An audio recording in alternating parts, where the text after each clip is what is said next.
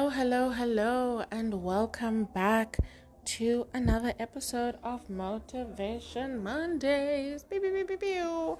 So, a recap of last week, we launched the Agony Aunt podcast or series, and each episode will be released every Wednesday as a little, hump day refresher, a little tea for your tea break, a little something to listen to while you try and will the weekend to come, sooner.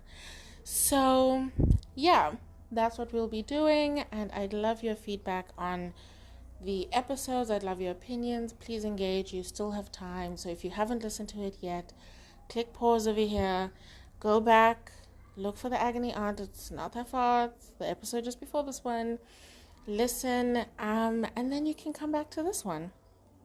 So with all of that self-promotional stuff out of the way, let's get into today's episode.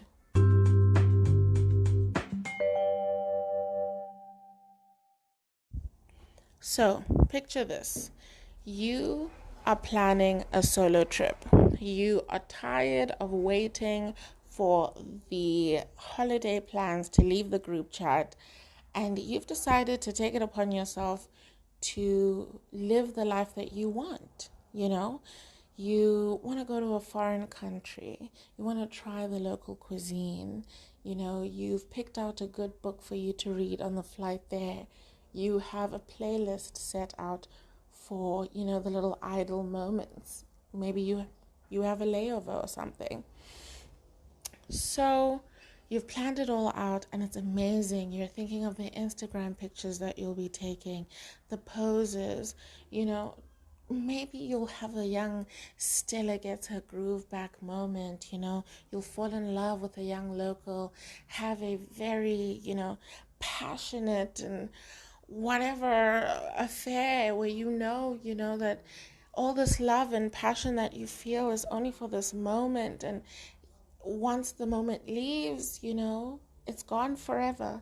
And this man that you've fallen so deeply in love with, and maybe not a man, but this person that you have fallen so deeply in love with will forever remain a fond memory, even, long into your old age or whatever, like this is what you imagine for your solo trip. You talk to the locals, learn a few phrases, try these delectable cuisines that just transport you to another universe, and you just feel so connected. You just discover new things about yourself. You meet other travelers, you see a different side of the world. Your capacity for empathy just expands as you see how other people are living. Your ambitions, grow bigger as you realize, wow, there's so much to see, so much to do, that there's so many opportunities in this world. And the world itself becomes less and less of a foreign place to you now that you have a proverbial, new touchstone to refer back to. So this is the trip that you have envisioned for yourself, and you are packing your bags. You are getting ready to go to the airport. You look around your apartment, make sure that it's nice and tidy, because who wants to come back to a messy apartment? But there's this glow that you have about you, almost as if you are looking at your items, your plants, just your whole apartment for the last time, because you know that you will return a new person, and that all these things that, have become familiar to you and you have become familiar to them, you will all be strangers to each other once you return. And you just have this sort of like excited smile on your face as you anticipate a newer version of yourself experiencing this space for the first time. Then you head to the airport, and as a fat person, you have people staring at you. right? Secretly begging that they're not on the same flight with you. As you board onto the plane, you are walking down the aisle and you can see people in their eyes quietly begging that you don't sit next to them, right? Even though you've already prepared yourself, you've got your tightest clothes on to sort of squeeze every part of you in, you have chosen a window seat so that you don't have to bother anyone, you don't have your elbow knocked on the aisle, and you can just squeeze yourself against the window and move away from everyone and just be hidden, be unseen, and take up as little space as possible, because you've already taken too much and you are already inconveniencing the person next to you, even if you don't spill over into their seat. Just the fact that they're next to you and they're trapped in this metal can with you for however many hours, that is their biggest nightmare. And now they are stuck. And now you are stuck, feeling the heat of frustration and anger radiating off their bodies onto you. The anxiety of it all has you, sweating and trembling. And again, you know, frustrating the person next to you because now they have to sit next to a fidgety, sweaty, fat person. And it just makes everything worse and worse and worse. And you know what? This might seem wild to you listening because maybe you don't experience that level of anxiety or prejudice, or people don't treat you like that when you're traveling. But I've experienced that.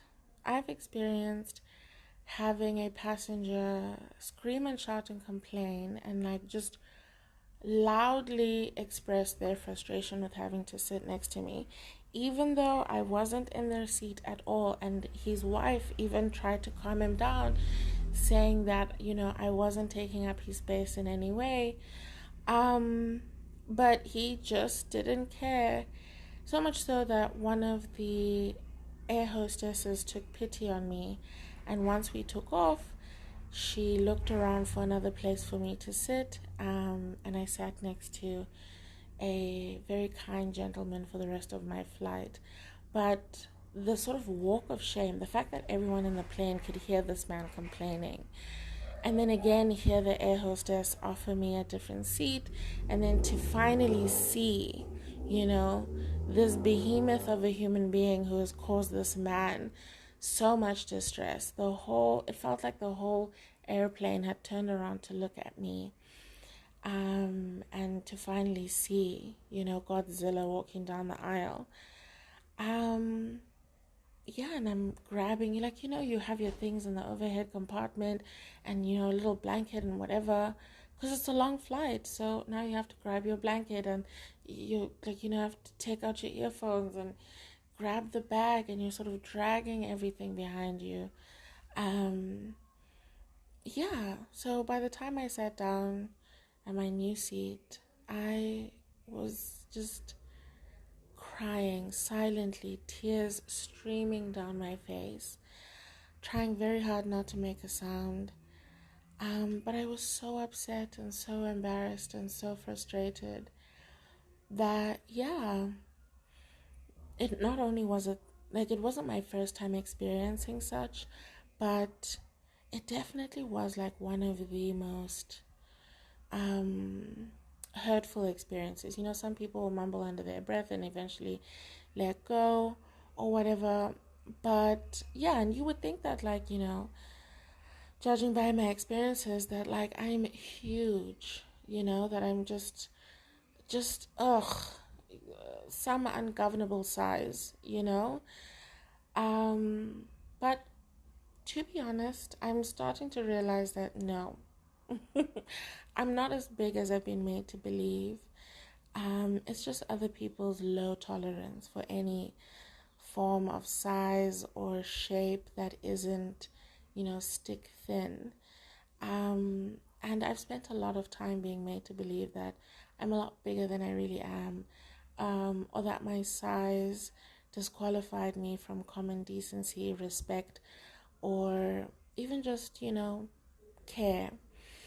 So I am not, buying into that narrative anymore. I'm moving on from that. But nonetheless, that has been my experience.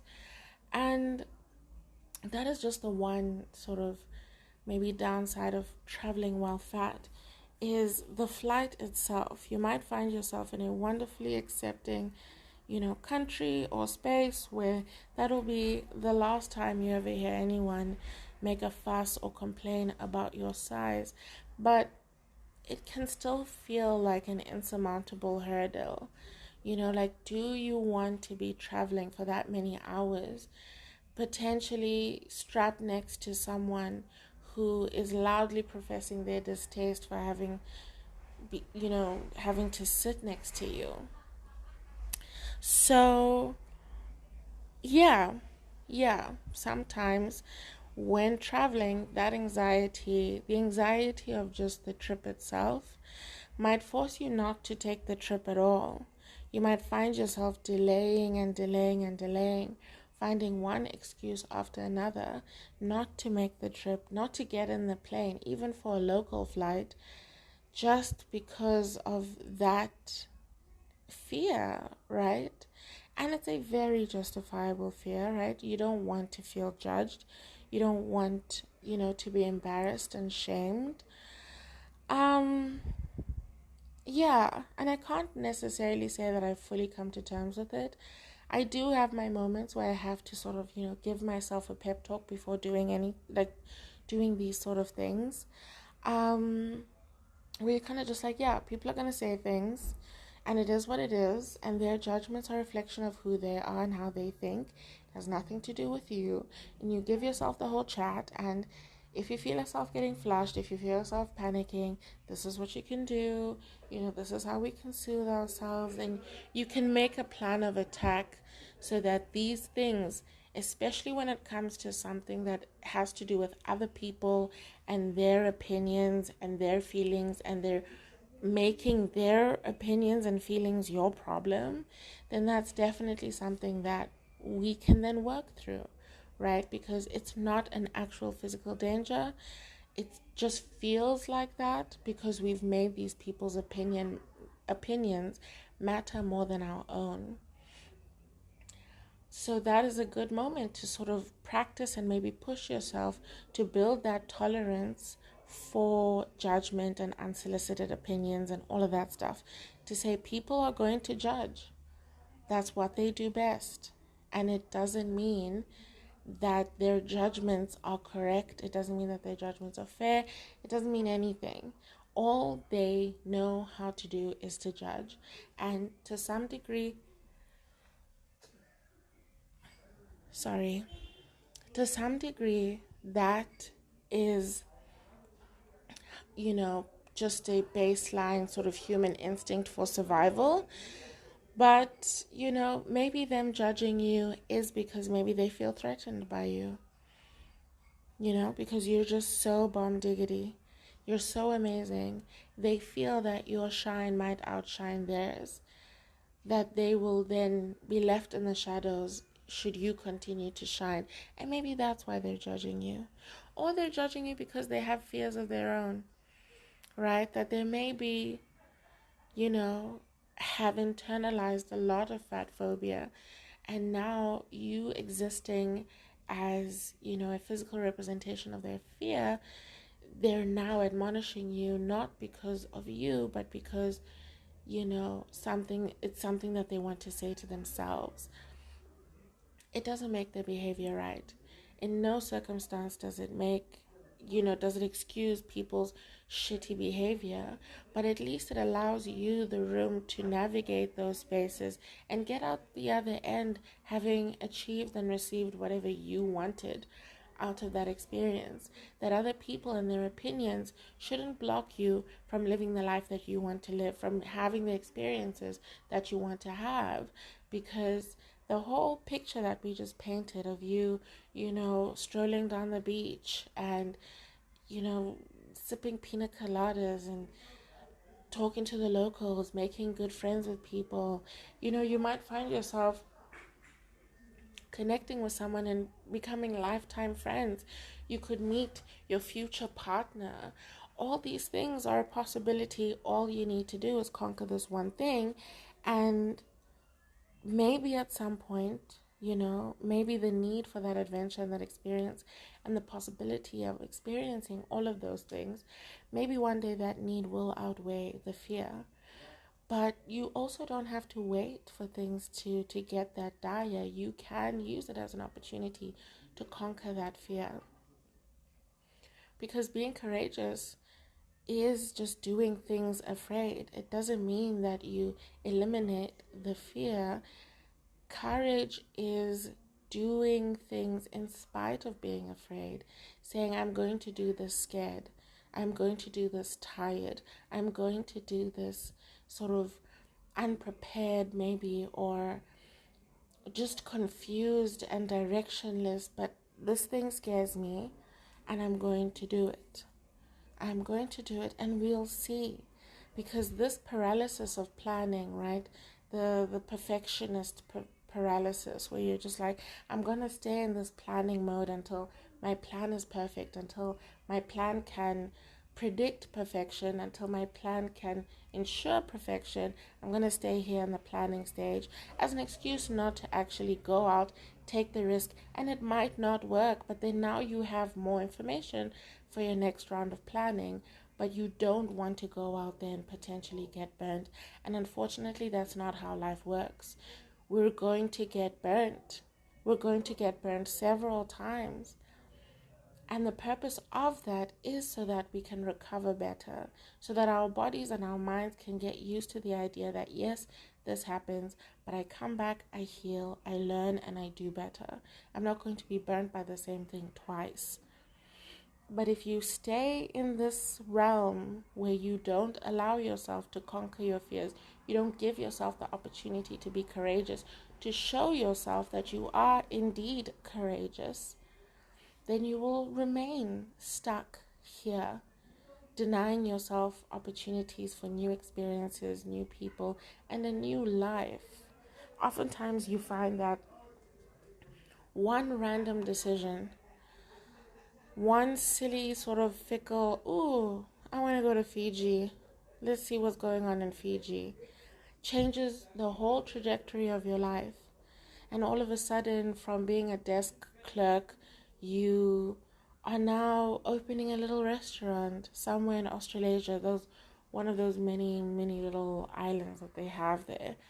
And you've opened a little Airbnb situation or whatever attached to a restaurant, and people sail in, and locals on the island all enjoy the food, and you live this happy, quaint life in the middle of nowhere, and you're finally happy. And this is a life that you never even dreamed that you could have, but now you're living it. All from one decision. Fuck it, I'm getting on that flight and I'm going. Now, not all travel is flying. You can also take the train, you can take the bus, you can do whatever. But if you are anxious about the trip for whatever reason, be it safety, if it's safety, I think that's a legitimate concern. But, if you're worried about people judging you and the anxiety that you have about traveling fat, I'm going to tell you now that this is something that can be conquered. And yes, you might meet someone who makes a whole horse and donkey show of it, and you're just like, well, they saw me at check-in and didn't feel the need to say, girl, you need 2 seats. So clearly, this is something you need to take on with the airline. It's not for me to measure, who fits in what seat, because then that would also be on the landing page on the website that, please measure your bum. You have to be this wide to get 1 seat. They don't say any of that anywhere. So this sounds like a you problem, and I highly recommend you take this up with management, because, I also want to know, what are the regulations here?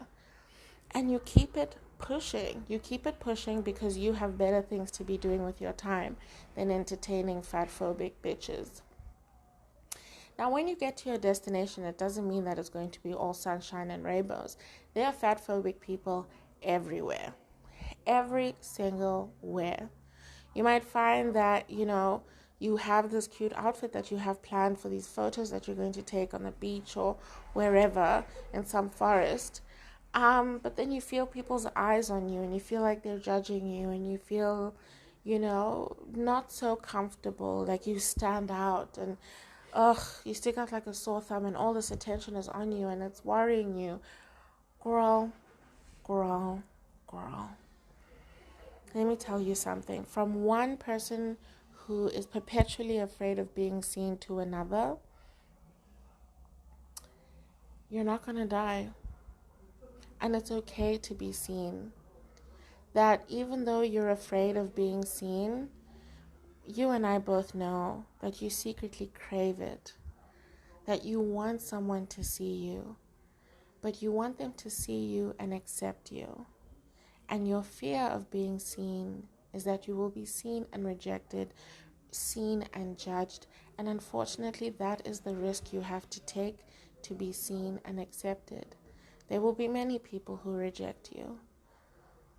But the love and the joy and the happiness that you feel from that one or those two people that see and accept you will be worth all that rejection. In the end, it will, because those people will have led you to the people that you now call friend or lover or soulmate or whatever.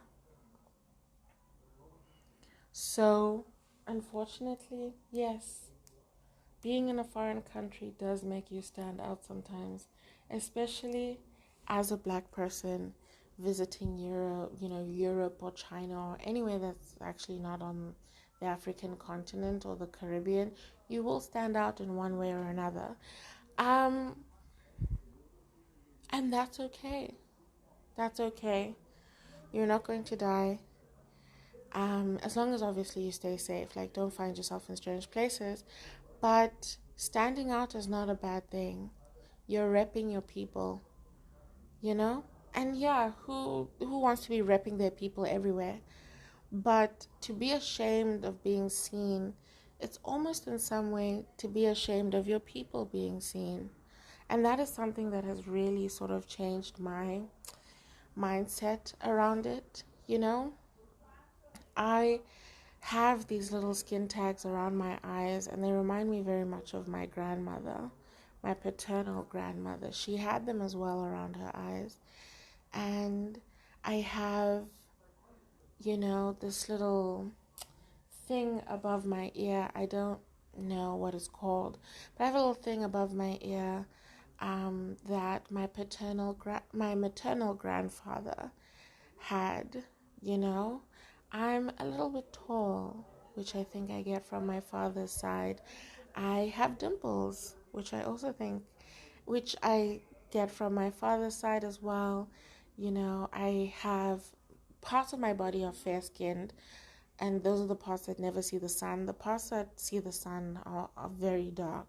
But the point is, the patches of me that are fair-skinned are from my mother's side, and there's so many little things that I can see just about my physical appearance that I can trace back to people in my family tree. And sometimes when I am too afraid to stand and be seen as myself, I channel all the people that, I come from, all the different people that have lived and died and that existed in order for me to exist. These people, this random collection of people who met and collided and reproduced and have now resulted in me being here, that sometimes I think of them and try and channel them and ask myself if I would ever hide them, if I would ever be so ashamed of them that I would not allow people to see them. And sometimes that is enough to get me over that threshold, right? To keep me going. That this is a vessel borrowed to me by the many people who have come before me, that they have left their mark in one small way or another to remind me and to remind everyone who sees me that they were here, that they were powerful, that they were full of life, and that they deserve to be seen and celebrated. And that it is my turn to allow all of them and myself to see the sun. So yes, going to another country doesn't mean that you're escaping fat phobia. If anything, it might be worse. And part of it being worse might just also be because of the cultural differences. That something that might be considered polite or subtle to them is overt and rude and distasteful for you. So you also need to exercise a certain level of grace with the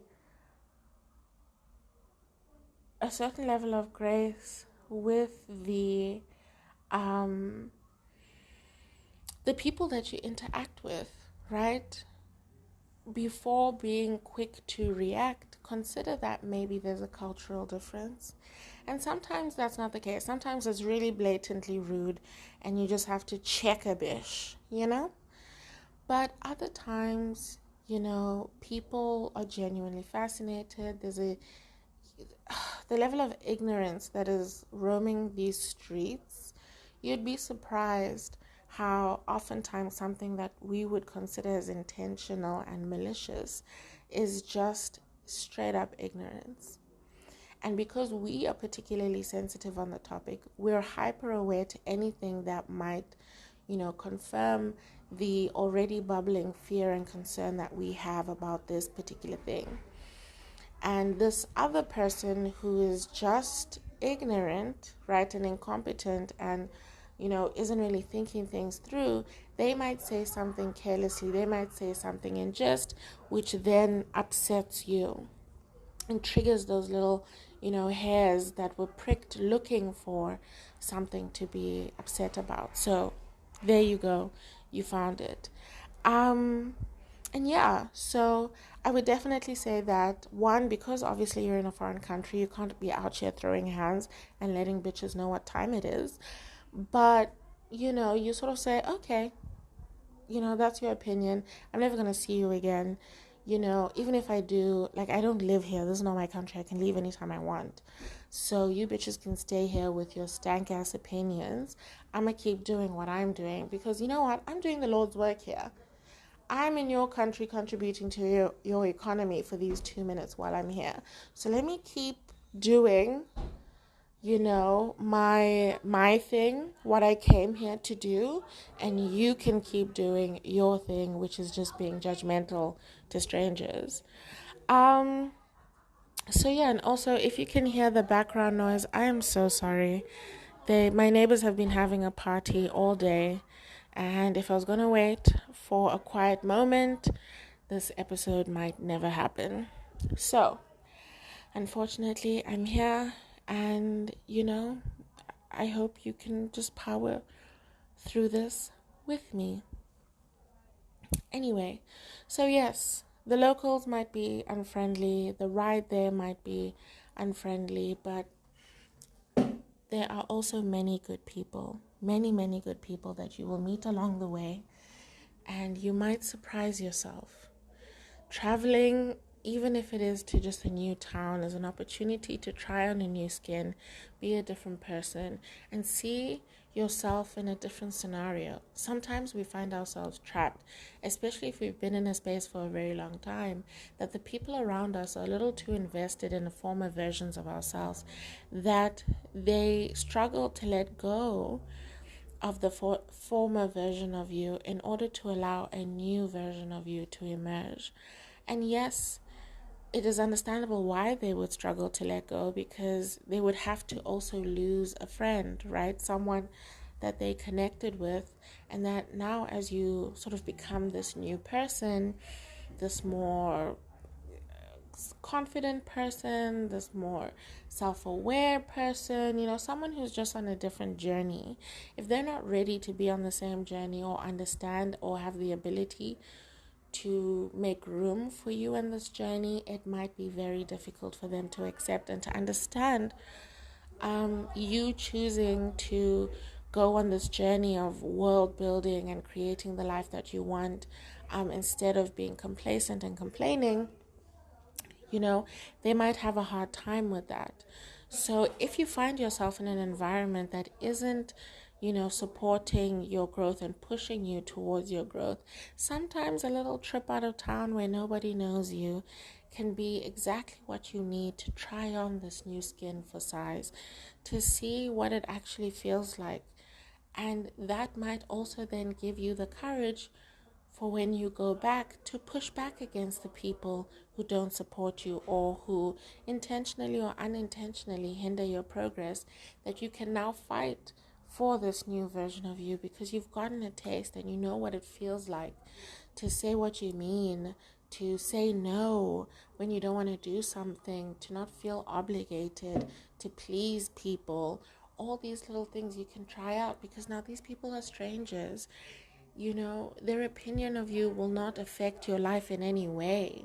And you can practice just speaking these things out loud.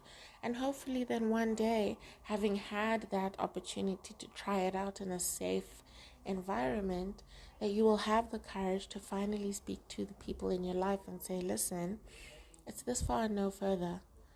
We're on a new path now, and it's either you're with it or you're not.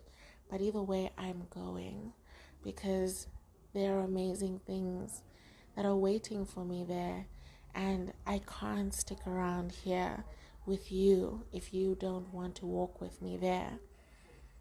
And you can say that with your chest, with no guilt, because now you understand what you are sacrificing by choosing to stick with and be held back by these people, So travel can be an amazing, enlightening thing. It can be a great space for you to learn different things about yourself, like I said earlier, and to try out different things. So as much as, I would love to spend this episode lamenting about traveling, the truth of the matter is traveling is amazing. And as a fat person, it will be a little tricky. There will be some activities that you might not be able to do. You will face a lot of judgment, but you will also have good experiences if you allow yourself to. So let's go out there. A small trip out of town, a small trip out of the province, the county, whatever, a small trip out of the country, a small trip off the continent, whatever you need. Save up for it, plan it, do whatever you need to do, but give yourself an opportunity to just breathe new air, wash your eyes a little, and see what you can become.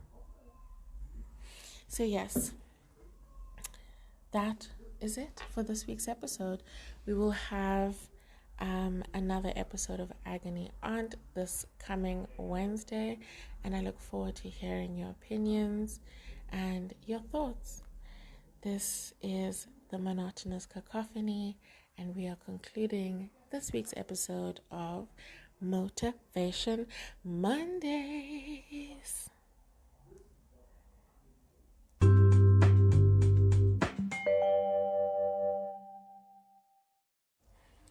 Alrighty, so this is the end. Like I said earlier, please like, share, and subscribe. The Agony Aunt episode is coming out on a Wednesday, and I look forward to hearing all your feedback. So we are done for now, little asterisks. We are done with the Life as a Big Girl series. Obviously, I plan on having this podcast for a very long time.